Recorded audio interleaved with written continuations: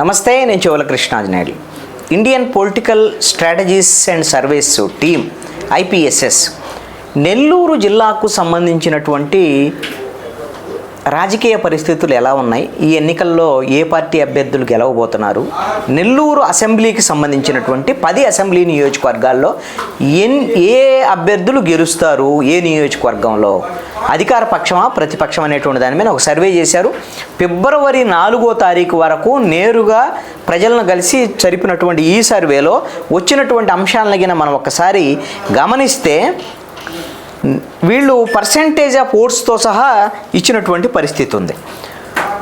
ఇక్కడ నెల్లూరు రూరల్లో తెలుగుదేశము జనసేనకు సంబంధించినటువంటి కూటమి ఇప్పుడు ఉన్నారు కాబట్టి, పొత్తులో ఉన్నారు కాబట్టి ఈ కూటమికి 52% ఓట్లు వచ్చేదానికి అవకాశం ఉంది. వైఎస్ఆర్ కాంగ్రెస్ పార్టీకి 43% మాత్రమే వచ్చేదానికి అవకాశం ఉంది.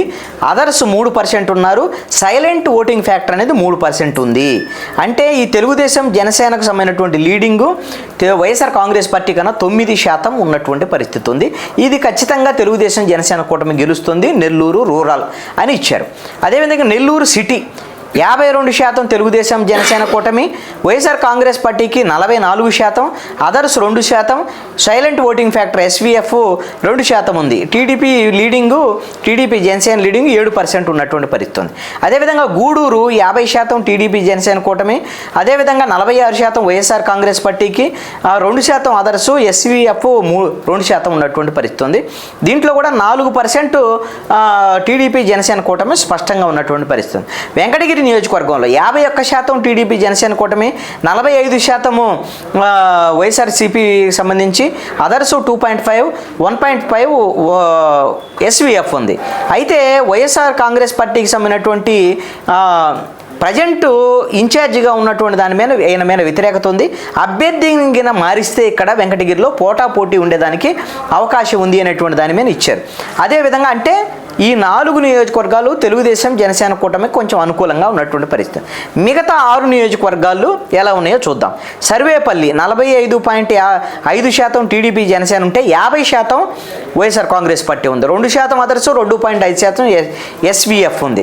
కొవ్వూరులో 46.5% తెలుగుదేశం జనసేన కూటమి ఉంటే 49.75% వైఎస్ఆర్సీపీకి సంబంధించి ఉంది.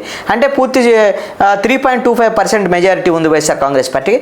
1.75% అదర్స్ ఉన్నారు, 2% SVF ఉంది. అదేవిధంగా సూళ్ళూరుపేట 45.5% టీడీపీ జనసేన కూటమికి ఉంటే 51% వైఎస్ఆర్ కాంగ్రెస్ పార్టీకి ఉంది. అంటే 5.5% వైఎస్ఆర్ కాంగ్రెస్ పార్టీ లీడింగ్లో ఉంది. అదర్స్ 1.5% ఉన్నారు.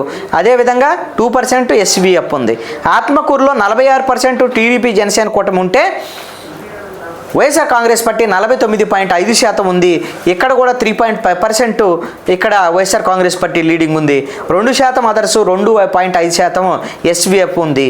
అదేవిధంగా కావలిలో 48% టీడీపీ జనసేన కూటమి ఉంటే 49% వైఎస్ఆర్ కాంగ్రెస్ పార్టీ ఉంది. ఇక్కడ ఒక్క 1% మాత్రమే వైఎస్ఆర్ కాంగ్రెస్ పార్టీ లీడింగ్లో ఉంది. దీంట్లో అదర్స్ 1.5% ఉన్నారు.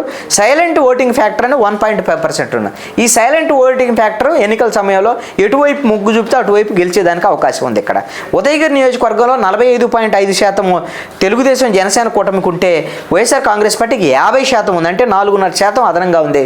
2.5% అదర్స్, SVFకి వచ్చేసరికల్లా 2% మాత్రం ఉన్నటువంటి పరిస్థితి ఉంది. ఇక్కడ మొత్తం ఈ జిల్లాలో ఓటింగ్ పర్సంటేజ్ కింద మనం ఒకసారి గమనిస్తే వైఎస్ఆర్ కాంగ్రెస్ పార్టీకి 47.73% ఉంటే తెలుగుదేశం జనసేన కూటమికి 48.2% ఉంది జిల్లా మొత్తంగా మనం చూసుకున్నప్పుడు. అంటే తెలుగుదేశం జనసేన కూటమికి అధికంగా ఉన్నటువంటి పరిస్థితి ఉంది. దీంట్లో అదర్స్ 2.2%, అదేవిధంగా సైలెంట్ ఓటింగ్ ఫ్యాక్టర్ 2.05% ఉంది. కాబట్టి ఈ 2.05% గిన ఒకవేళ వైఎస్ఆర్ కాంగ్రెస్ పార్టీ వైపు గిన మొగ్గు చూపితే ఇక్కడ పోటాపోటీకి రావచ్చు. వైఎస్ఆర్ కాంగ్రెస్ పార్టీ కూడా గెలిచేదానికి అవకాశం ఉండదు ఎక్కువ సీట్లు. అదేవిధంగా ఈ సైలెంట్ ఓటింగ్ ఫ్యాక్టర్ అనేటువంటి తెలుగుదేశం జనసేన కూటమి వైపు గిన ఉంటే వాళ్ళు ఎక్కువ సీట్లు గెలిచేదానికి అవకాశం ఉండొచ్చు. ఇక్కడ కనపడుతున్నది ఏంటంటే 4 సీట్లలో మాత్రం 3 సీట్లే ఖచ్చితంగా తెలుగుదేశం జనసేన కూటమి గెలిచేటువంటి ఉంది. ఒకటి మాత్రం పోటాపోటీ ఉంది. మిగతా 6 మాత్రం వైఎస్ఆర్ కాంగ్రెస్ పార్టీకి ఎడ్జ్ ఉన్నట్టుగా కనపడుతున్నటువంటి పరిస్థితి ఉంది.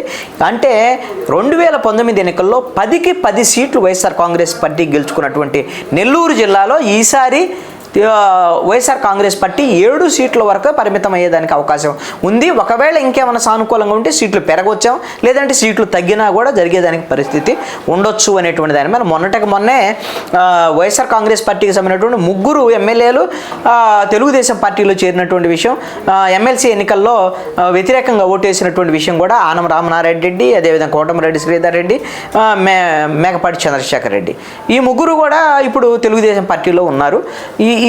ఈ ఇంపాక్ట్ కూడా ఎంతో కొంత పడేదానికి అవకాశం ఉండొచ్చు అనేటువంటిది మాత్రం ఖచ్చితంగా చర్చ జరుగుతుంది.